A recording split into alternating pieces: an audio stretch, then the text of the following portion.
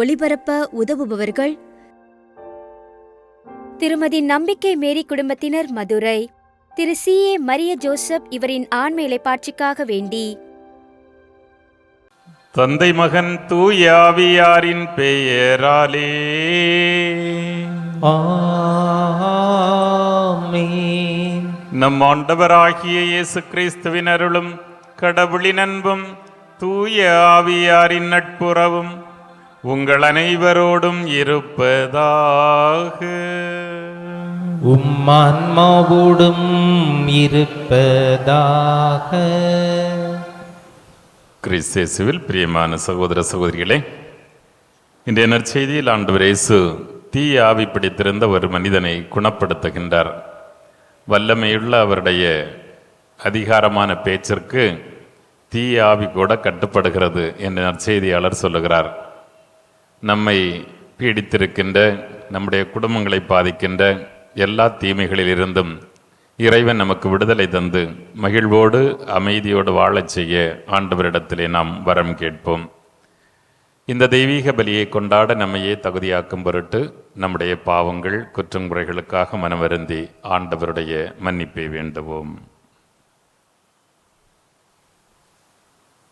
உள்ளம் நொறுங்கி வருந்துவோரை குணமாக்க அனுப்ப பெற்ற ஆண்டவரே இரக்கமாயிரும். ஆண்டவரே இரக்கமாயிரும். பாவிகளாகி எங்களை தேடி மீட்க வந்த கிறிஸ்துவே இரக்கமாயிரும். கிறிஸ்துவே இரக்கமாயிரும். தந்தையின் வலப்பக்கம் வீற்றிருந்து எங்களுக்காக பரிந்து பேசுகின்ற ஆண்டவரே இரக்கமாயிரும். ஆண்டவரே இரக்கமாயிரும். எல்லாம் வல்ல இறைவன் நம் மீது இரக்கம் வைத்து நம் குற்றம் குறைகளை மன்னித்து நம்மை நிலை வாழ்வுக்கு அழைத்துச் செல்வாராக. ஆமீன். மன்றாடுவோமாக. இரக்கம் நிறைந்த ஆண்டவரே, உம்முடைய மக்களின் தாழ்மையான வேண்டுதல்களுக்கு இரக்கத்துடன் செவிசாய்க்க உம்மை வேண்டுகின்றோம். அதனால் தாங்கள் செய்ய வேண்டியதை அறியவும் அறிந்ததை நிறைவேற்றவும் அவர்களுக்கு ஆற்றல் அருள்வீராக. எங்கள் ஆண்டவராகிய கிறிஸ்து வழியாக உம்மை மன்றாடுகின்றோம்.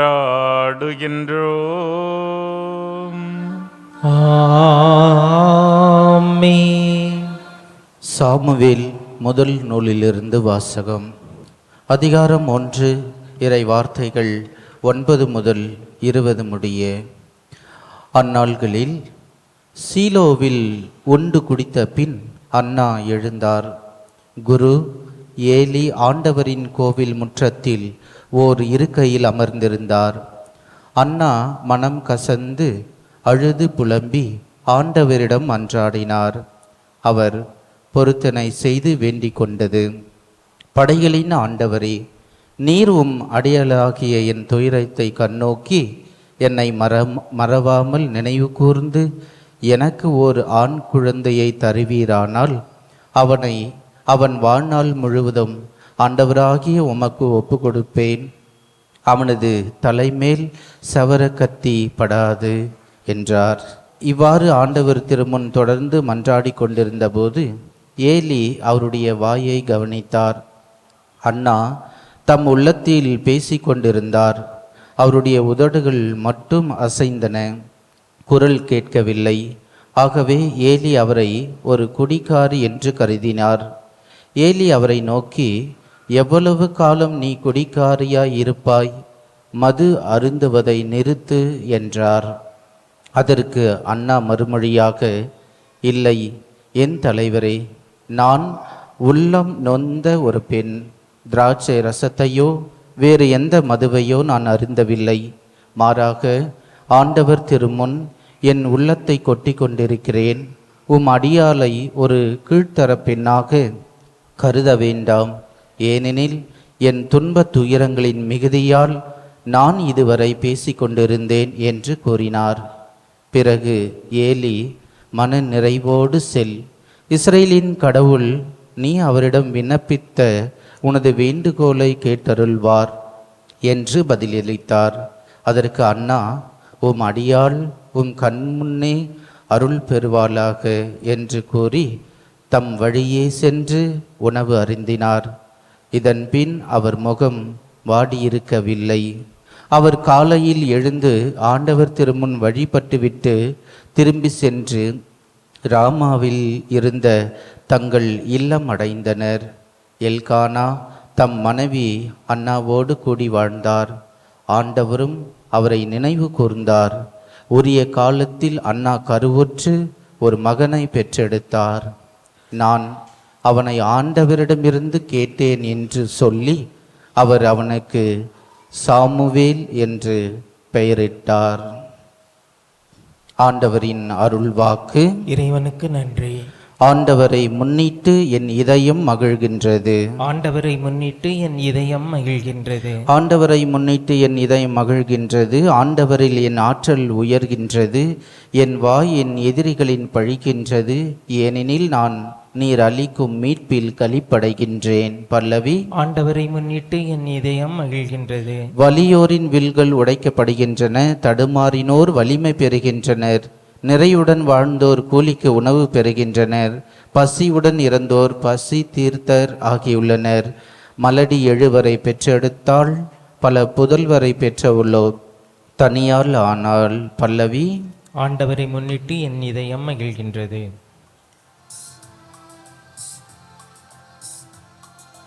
அல்லேலூயா அல்லேலூயா அல்லேலூயா அல்லேலூயா அல்லேலூயா அல்லேலூயா அல்லேலூயா அல்லேலூயா.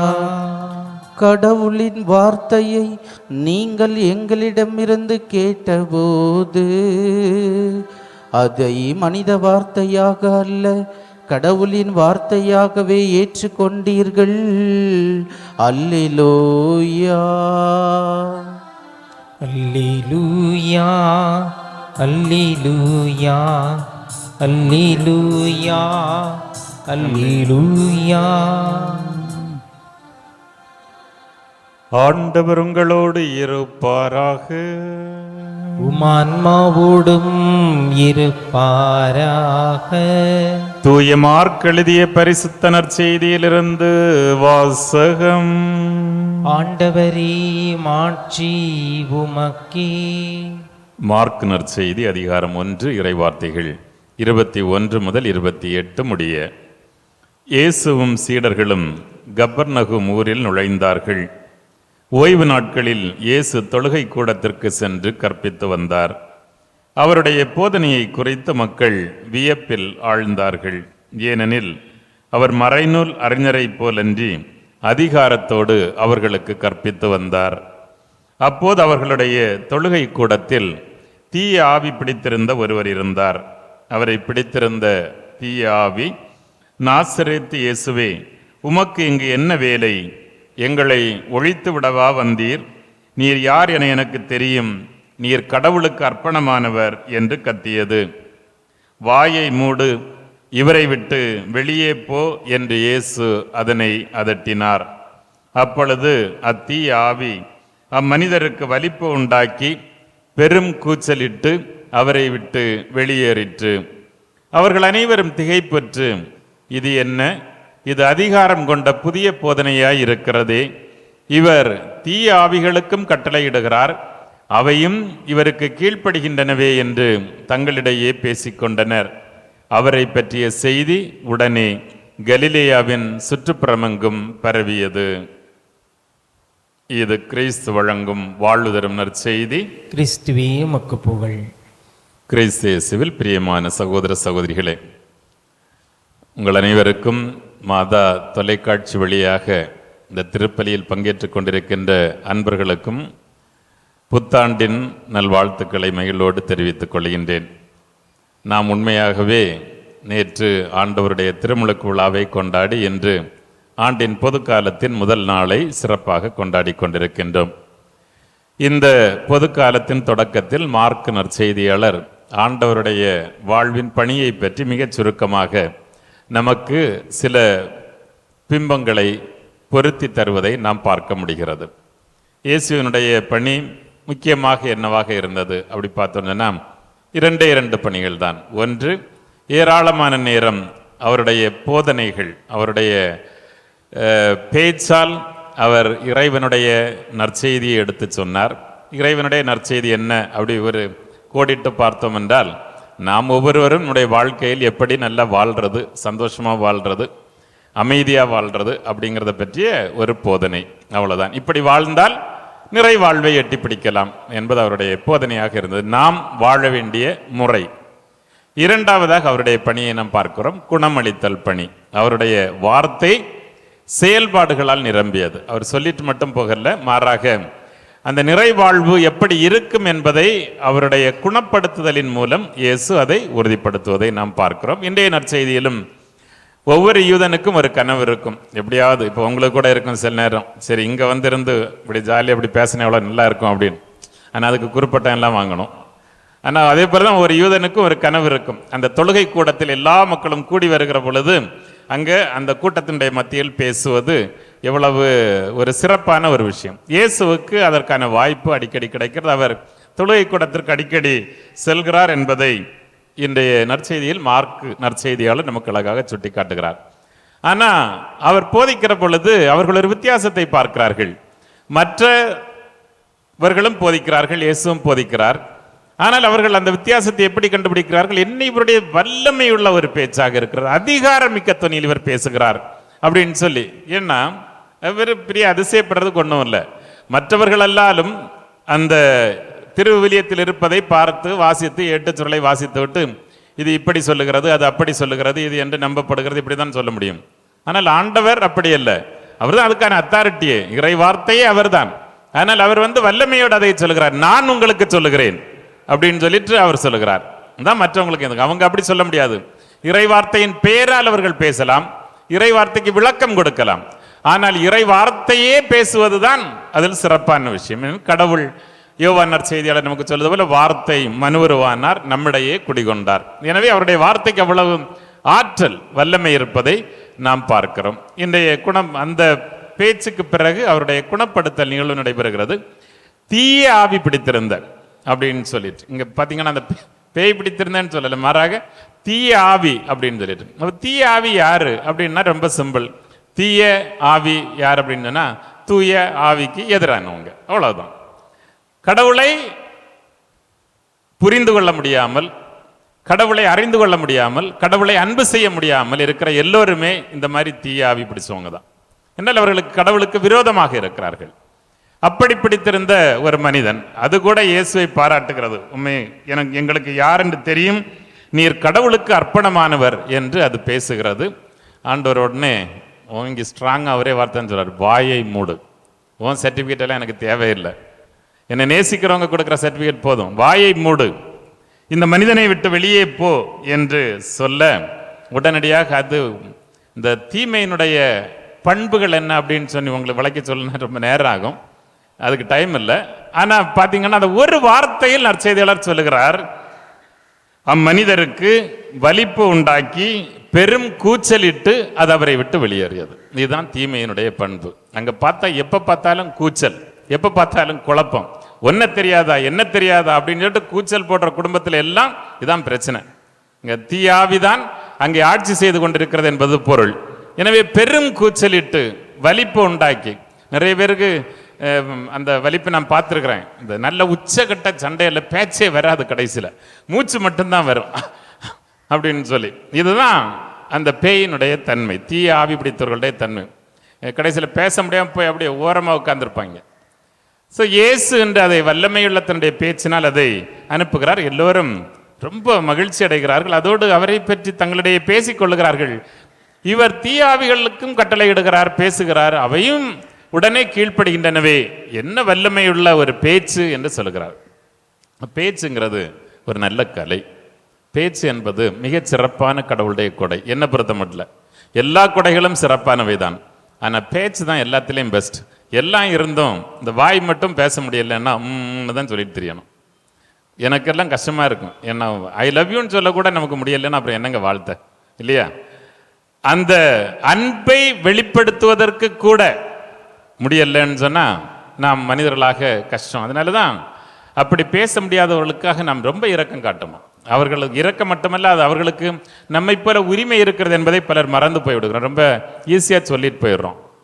ஆனால் எதற்காக பேசுகிற கொடையை கடவுள் மனிதருக்கு கொடுத்திருக்கிறார், வேறு எந்த படைப்பிற்கும் கிடைக்கவில்லை அப்படின்னு சொன்னா 2 விஷயங்கள். ஒன்று, மனிதனுக்கு மட்டும்தான் முழுமையாக உணர்ந்து அன்பு செய்ய முடியும், அந்த அன்பை வெளிப்படுத்துவதற்காகவும் உறவை பலப்படுத்துவதற்காகவும். இரண்டாவதாக, தன்னுடைய சாயலாக நம்மை படைத்த நம்முடைய தந்தையை, கடவுளை போற்றி புகழ்வதற்கும் தான் நமக்கு பேச்சாற்றல் கொடுக்கப்பட்டிருக்கின்றது.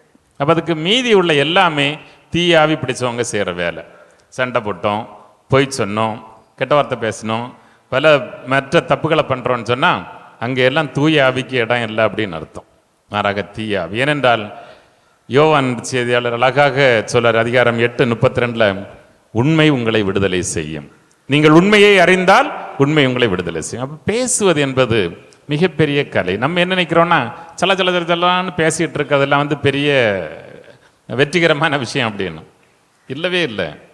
வடிவேல் ஒரு படத்தில் அழகாக சொல்றாரு, சும்மா இருக்கிறது எவ்வளோ கஷ்டம்னு உனக்கு தெரியுமா? அது ஒரு பெரிய காமெடி. என்னடா நீ சும்மாவே இருக்க அப்படிம்பாங்க. சும்மா இருக்கிறதுக்கு நிறைய தியாகம் பண்ணணும். அதுபோல தான் பேசாமல் இருக்கிறது, அமைதியாக இருத்தல் என்பது மிகப்பெரிய ஒரு கொடை, வல்லமையான கொடை. அதுதான் நம்முடைய ஆற்றலை பெருக்குகிறது. எனவே தான் இங்கிலீஷ்காரன் தெளிவாக சொல்லி வச்சான், if speech is silver, silence is gold. பேசுவது வெள்ளி என்றால் அமைதியாக இருப்பது தங்கத்திற்கு சமம் சொன்னான். இந்த அமைதியாக இருக்கிறது, எப்போ அமைதியாக இருக்கிறதுங்கிறது தெரியாததுனால தான் நிறைய குடும்பத்தில் சண்டை. நான் பல பிரச்சனைக்குரிய குடும்பங்கள் வரும்போது அவங்க சொல்கிறத பார்த்தா, இந்த கணவன்மார்கள் எல்லாம் கம்ப்ளைண்ட் பண்ணுறதுன்னா எப்போ பார்த்தாலும் பேசிக்கிட்டே இருக்கா, இதான் சொல்கிறது. அப்புறம் சண்டை நடக்கும், அப்புறம் கொஞ்ச நாள் பேசவே மாட்டாங்க. சாயங்காலம் வீட்டுக்கு போக மாட்டாங்க. ஏன்டா வீட்டுக்கு போகாமல் இங்கே உட்காந்துருக்கேன், அங்கே போய் என்ன செய்ய, மூஞ்சி எழுத்து வச்சுட்டு பேசாமலே இருக்கா அப்படிம்பாங்க. அப்போ பேசினாலும் பிரச்சனை, பேசாமல் இருந்தாலும் பிரச்சனை. So there is a delicate balance. ஒரு நல்ல ஒரு சரியான கவனத்தோடு நாம் பேசுகிற பொழுது அது உறவை பலப்படுத்துகிறது. நம்முடைய வார்த்தைகளுக்கு மதிப்பு இருக்க வேண்டும் என்றால் அது சரியாக பயன்படுத்த வேண்டும். கோபத்திற்கு சரியான ஒரு மதிப்பு இருக்க வேண்டும், அது சரியான நேரத்தில் சரியான நபர்களிடத்தில் பயன்படுத்தப்பட வேண்டும். அதெல்லாம் தெரியாது, விட்டா பேசிக்கிட்டே இருக்கிறது, அதுவும் மோசம். சுத்தமாக பேசாமலே இருக்கிறதும் நம்முடைய உறவுக்கு ஒருபோதும் உதவி செய்யாது. எனவே பேச்சு என்பது ஒரு கலை. அது வார்த்தைகளில் மட்டுமல்ல, பல வடிவங்களில் வெளிப்படுகிறது. ஒன்று, அமைதியாக இருப்பது ஒரு விதமான அழகான பேச்சு. ஆண்டவரோடு இருக்கும்போது நாம் பேசுவதில்லை, அமைதியாக இருக்கிறோம். நம்முடைய இதயம் பேசுகிறது, இதயம் உரையாடுகிறது, ஆண்டவருக்கு கேட்கிறது. இப்படி மனிதர்களுக்கிடையேயும் உரையாட முடியும். 2 இதயங்களுக்குள் பேசிக்கொள்ளக்கூடிய சக்தி கிடைச்சுன்னா அதுதான் பெஸ்ட் உறவு. அவர் தன்னுடைய இதயத்தில் என்ன உணர்கிறார், தன்னுடைய மனைவி என்ன உணர்கிறார் என்பதை புரிந்து கொள்வதை போல சிறப்பான உறவு இருக்க முடியாது. இரண்டாவதாக, புன்னகை ஒரு விதமான ஒரு அழகான மொழி, அது ஒரு சிறப்பான பேச்சு. நிறைய சண்டைகள் வராமலே போயிடும், சும்மா ஸ்மைல் பண்ணிட்டு கடந்து போனாலே போதும். நான் எல்லாம் ஒரு காலத்தில் ரொம்ப ஆணவம் பிடிச்சோம் படிக்கும் போதெல்லாம். அப்பப்போ சண்டை நடக்கும். சண்டை வந்தால் நெருங்கின ஃப்ரெண்ட்ஸ்கிட்ட தானே சண்டை பிடிப்போம். அப்புறம் பிறகு கடைசியில் அவன் பேசாமல் போகும்போதெல்லாம் மனசு ஏங்க, ஒரு வார்த்தை பேசிட மாட்டானா அப்படின்னு. ஆனால் நம்ம போய் பேசுறதுக்கு துணிச்சலும் வராது. ஸோ அது எல்லாம் வாழ்நாளில் இழந்த நாட்களாக இப்போது கருதுகிறேன், அந்த அன்பை அனுபவிக்க தவறிய நாட்களாக. எனவே நம்மால் மௌன மொழிகளிலும் பேச முடியும், புன்னகை மொழியிலும் பேச முடியும், வார்த்தைகளாலும் பேச முடியும். பேசுகிற பொழுது அது அதிகாரமிக்க வல்லமையுள்ள பேச்சாக இருக்க வேண்டும் என்றால் அந்த பேச்சில் உண்மை இருக்க வேண்டும், உறவு இருக்க வேண்டும், அன்பு இருக்க வேண்டும், நீதி மலிந்திருக்க வேண்டும். இவையெல்லாம் இணைந்து வருகிற வார்த்தைகள் பிறரை குணப்படுத்துகிற வல்லமை பெற்றவை என்பதை இயேசு தன்னுடைய சீடர்களுக்கு என்று கற்றுக் கொடுக்கிறார். இப்படி பேசினா கண்டிப்பாக அது நடக்கும். மற்ற மாதிரி வெறும் பேச்செல்லாம் வீணானவை. நம்முடைய வார்த்தைகளில் அன்பும் உறவும் உண்மையும் நிறைந்திருக்கிற பொழுது அது அதிகாரமிக்க பேச்சு, அது ஒரு குடும்பத்தை பலப்படுத்துகிறது. அங்கே நோய்கள் எழுவதில்லை, குணப்படுத்தல் நிகழ்கிறது. ஏனென்றால் இயேசுவினுடைய குணப்படுத்துதல் என்பது வெறும் உடலளவில் ஒருவரை குணப்படுத்துவது மட்டுமல்ல, மாறாக it is an liberating experience. ஒருவரை விடுதலை கொடுக்கிற ஒரு பண்பது. அதுவரையிலும் நாம் கட்டப்பட்டிருந்த எல்லாவற்றிலிருந்தும் விடுதலை பெறுகிறோம். It should be a liberating experience. அதைத்தான் இயேசு கொடுக்கிறார். நம்முடைய குடும்பங்களும் இத்தகைய தலைகளில் இருந்தால் நாம் அந்தையிலிருந்து வெளியே வருவதற்கு நாம் பேசுவதை அற்புதமான ஒரு ஆற்றலாக வளர்த்து கொள்ளுகிற பொழுது, அதிகாரமிக்க பேச்சாக இருக்கிற பொழுது, அன்பு நிறைந்த பேச்சாக இருக்கிற பொழுது கண்டிப்பாக ஆண்டவர் அதை நேசிக்கிறார். மற்ற நேரங்களில் எல்லாம் மௌன மொழியும் புன்னகை மொழியுமே போதுமானது. அதற்காக வர வேண்டிய ஆண்டவரிடத்திலே மன்றாடுவோம். ஆமென்.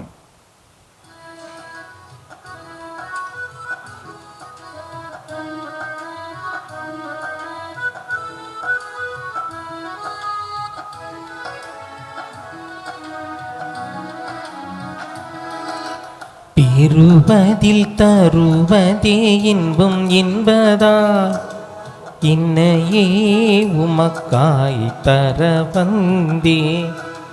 பெறுவதில் தருவதே இன்பம் என்பதா இன்னையே உமக்காய் தர வந்தே. ஏற்றிடுவார் தயவாக மாற்றிடுவாய் உம்பலியாக. ஏற்றிடுவாய் தயவாக மாற்றிடுவாய் உம்பலியாக. பெறுவதில் தருவதி இன்பம் என்பதால் இன்னையே உமக்காய் தர வந்தே. சகோதர சகோதரிகளே, என்னுடையதும் உங்களுடையதுமான தெய்வீக பலி எல்லாம் வல்ல நம் தந்தையாகிய இறைவனுக்கு ஏற்றதாகும்படி மன்றாடுங்கள். ஆண்டவர் தமது பெயரின் புகழ்ச்சிக்காகவும் ஆட்சிக்காகவும் நமது நன்மைக்காகவும் புனித திறவை அனைத்து நலனுக்காகவும் உமது கையிலிருந்து இப்பலியை ஏற்றுக்கொள்வாராக. இரக்கம் நிறைந்த ஆண்டவரே, உமக்கள் அளிக்கும் காணிக்கை உமக்கு ஏற்புடையதாயிருக்க உம்மை வேண்டுகின்றோ. அதன் வழியாக இவர்கள் புனிதமடைந்து இறை பற்றுதலோடு தாங்கள் வேண்டுவதை பெற்றுக் கொள்வார்களாக. எங்கள் ஆண்டவராகிய கிறிஸ்து வழியாக உம்மை மன்றாடுகின்றோ. ஆமென். ஆண்டவர் உங்களோடு இருப்பாராக, ஆன்மாவுடன் இருப்பாராக. இதை எங்களை மேலே எழுப்புங்கள். ஆண்டவரிடம் எழுப்பியுள்ளோம். நம் இறைவனாகிய ஆண்டவருக்கு நன்றி கூறுவோம். அது தகுதியும் நீதியும் ஆனதே. ஆண்டவரே, தூயவரான தந்தையே, என்றும் உள்ள எல்லாம் வல்ல இறைவா, எந்நாளும் இவ்விடத்திலும் நாங்கள் உமக்கு நன்றி செலுத்துவது மெய்யாகவே தகுதியும் நீதியுமாகும். எங்கள் கடமையும் மீட்புக்குரிய செயலுமாகும். உமது நன்மை மிகுதியால் எங்கள் ஆண்டவராகிய கிறிஸ்து வழியாக நீர் மனிதராகி எங்களை படைத்தீர். நாங்கள் நீதியின்படி தண்டனைக்கு உரியவராயினும் உமது இரக்க மிகுதியினால் எங்களை மீட்டருளினீர். அவர் வழியாகவே உமது மாண்பை வானதூதர் புகழ்கின்றனர். அவர்களோடு எங்கள் குரலையும் சேர்த்து கொள்ளுமாறு நாங்களும் உம்மை தாழ்மையுடன் இறைஞ்சி ஒன்றாக புகழ்ந்து ஒரே குரலாய் சொல்வதாவது: தூயவர் தூயவர் தூயவர், வான்படைகளின் கடவுளாம் ஆண்டவர். விண்ணகமும் மண்ணகமும் மது மாட்சியால் நிறைந்துள்ளன. உன்னதங்களிலே ஓசன்னா. ஆண்டவர் பெயரால் வருகிறவர் ஆசி பெற்றவர். உன்னதங்களிலே ஓசன்னா. ஆண்டவரே, நீர் மெய்யாகவே தூயவர், தூய்மை அனைத்துக்கும் ஊற்று. ஆகவே உம்முடைய தூய ஆவியை பொழிந்து இக்காணிக்கைகளை தூய்மைப்படுத்த உம்மை வேண்டுகின்றோம். இவ்வாறு எங்கள் ஆண்டவர் இயேசு கிறிஸ்துவின் திருவுடலாகவும் திரு இரத்தமாகவும் எங்களுக்கு இவை மாறுவனவாக. இயேசு பாடுபட உளம்கனிந்து தம்மை கையளித்த போது தம் திருக்கரங்களில் அப்பத்தை எடுத்து உமக்கு நன்றி செலுத்தி வாழ்த்துரைத்து அதை பிட்டு தம் சீடர்களுக்கு அளித்து அவர் கூறியதாவது: அனைவரும் இதிலிருந்து பெற்று உண்ணுங்கள், ஏனெனில் இது உங்களுக்காக கையளிக்கப்படும் என் திருவுடல்.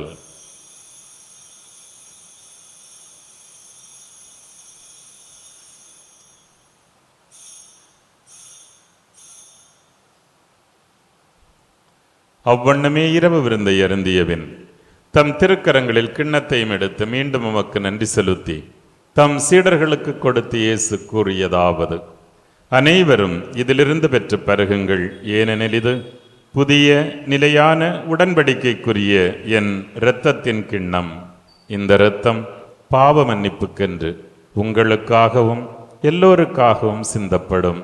இதை என் நினைவாகச் செய்யுங்கள்.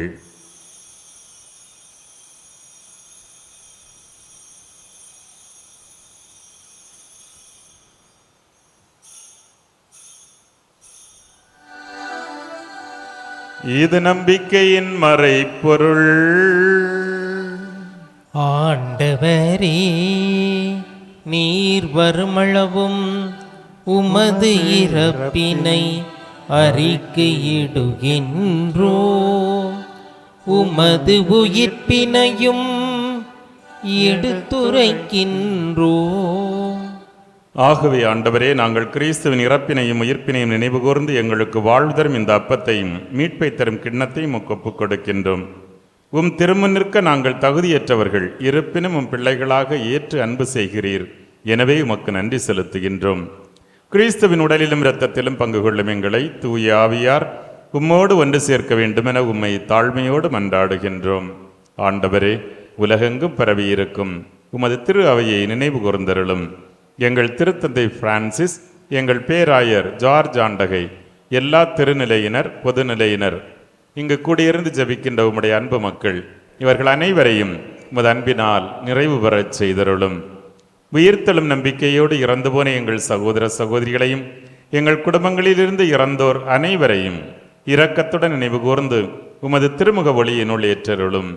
எங்கள் அனைவர் மீதும் இரக்கமாயிரும். கடவுளின் கன்னித்தாயும் எங்கள் ஆரோக்கிய அன்னையுமான புனித மரியா, அவருடைய கணவரான புனித யோசேப்பு, புனித திருத்தூதர்கள், இவ்வுலகிலும் உகந்தவராயிருந்த புனிதர்களோடு நாங்களும் ஒரு நாள் நிலை வாழ்வில் பங்கு கொள்ளும் தகுதி பெற்று உம் திருமகன் இயேசு கிறிஸ்து வழியாக உம்மை புகழ்ந்தேத்தும் வரமருள உம்மை மன்றாடுகின்றோம். இவர் வழியாக, இவரோடு, இவரில் எல்லாம் வல்ல இறைவனாகிய தந்தையே, தூய ஆவியாரின் ஒன்றிப்பில் எல்லா புகழும் மாட்சியும் என்றென்றும் உமக்கு உரியதே. ஆமீன், ஆமீன், ஆமீன்.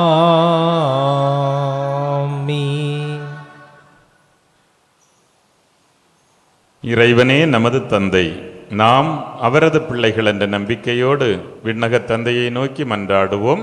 விண்ணுலகில் இருக்கின்ற எங்கள் தந்தையே, உமது பெயர் தூயது என போற்றப் பெறுக. உமது ஆட்சி வருக. உமது திருவுளம் விண்ணுலகில் நிறைவேறுவது போல மண்ணுலகிலும் நிறைவேறுக. எங்கள் அன்றாட உணவை இன்று எங்களுக்கு தாரும். எங்களுக்கு எதிராக குற்றம் செய்வோரை நாங்கள் மன்னிப்பது போல எங்கள் குற்றங்களை மன்னியும். எங்களை சோதனைக்கு உட்படுத்தாதேயும், தீமையிலிருந்து எங்களை விடுவித்தருளும். ஆண்டவரே, எம் வாழ்வை சூழ்ந்திருக்கின்ற தீமைகள் அனைத்திலுமிருந்து எங்களை விடுவித்து எங்கள் வாழ்நாளில் அமைதியை கனிவோடு அருள உம்மை மன்றாடுகின்றோம். உமது இரக்கத்தின் உதவியால் நாங்கள் பாவத்திலிருந்தும் நோய்களிலிருந்தும் விடுதலை பெற்று யாதொரு கலக்கமுமின்றி நலமாயிருப்போமாக. நாங்கள் எதிர்நோக்கி இருக்கும் பேரின்பத்திற்காகவும் எம் மீட்பராகிய இயேசு கிறிஸ்துவின் வருகைக்காகவும் மகிழ்ச்சியுடன் காத்திருக்கின்றோம். ஏனெனில் ஆட்சியும் வல்லமையும் ஆட்சியும் என்றென்றும் அதே. ஆண்டவராகிய இயேசு கிறிஸ்துவே, அமைதியை உங்களுக்கு விட்டுச் செல்கின்றேன், என் அமைதியையே உங்களுக்கு தருகின்றேன் என்றும் திருத்தூதர்களுக்கு சொன்னீரே. எங்கள் பாவங்களை பாராமல் உமது மக்களின் நம்பிக்கையே கண்ணோக்கி எங்களுக்கும் எங்கள் குடும்பங்களுக்கும் ஒற்றுமை, அமைதி, மகிழ்ச்சி ஆகிய கொடைகளை தந்தருள்வீராக. என்றென்றும் வாழ்ந்து ஆட்சி செய்கின்றவர் நீரே. ஆமீன். ஆண்டவருடைய அன்பும் அமைதியும் உங்கள் அனைவரோடும் இருப்பதாக, உம் ஆன்மாவோடும் இருப்பதாக. ஒருவருக்கொருவர் கிறிஸ்துவின் சமாதானத்தை பரிமாறிக்கொள்வோம். சமாதானம். உலகின் பாவங்களை போக்கும் இறைவனின் செம்மறியே, எங்கள் மேல் இரக்கமாயிரும். உலகின் பாவங்களை போக்கும் இறைவனின் செம்மறியே, எங்கள் மேல் இரக்கமாயிரும். உலகின் பாவங்களை போக்கும் இறைவனின் செம்மறியே, எங்களுக்கு அமைதியை அளித்தருளும். இதோ நம் ஆண்டவர் இயேசு கிறிஸ்து நம்முடைய பாவங்கள், பலவீனங்கள் அனைத்திலிருந்து விடுவிப்பவரும் நம்முடைய துன்பங்களில் நம்மை தூக்கி சுமப்பவரும் இவரே. இந்த செம்மறியின் விருந்து களைக்கப்பெற்ற நாம் அனைவரும் பேறு பெற்றோர். ஆண்டவரே, நீர் என் இல்லத்தில் எழுந்தருள நான் தகுதியற்றவன். ஆனால் ஒரு வார்த்தை மட்டும் சொல்லியிருளும், எனது ஆன்மா நலமடையும். கிறிஸ்துவின் திருவுடல் திருரத்தம் நம்மை பாதுகாத்து நித்திய வாழ்வு களைத்து செல்வதாக. ஆமீன். நன்றி கூறி மன்றாடுவோமாக. எல்லாம் வல்ல இறைவா, உம்மை நாங்கள் பணிவுடன் வேண்டுகின்றோம். உம் அருளடையாளங்களால் புத்துயிர் பெற்ற நாங்கள் உமக்கு ஏற்புடைய வாழ்வால் பணிபுரிய கனிவுடன் எங்களுக்கு அருள்வீராக. எங்கள் ஆண்டவராகிய கிறிஸ்து வழியாக உம்மை மன்றாடுகின்றோம்.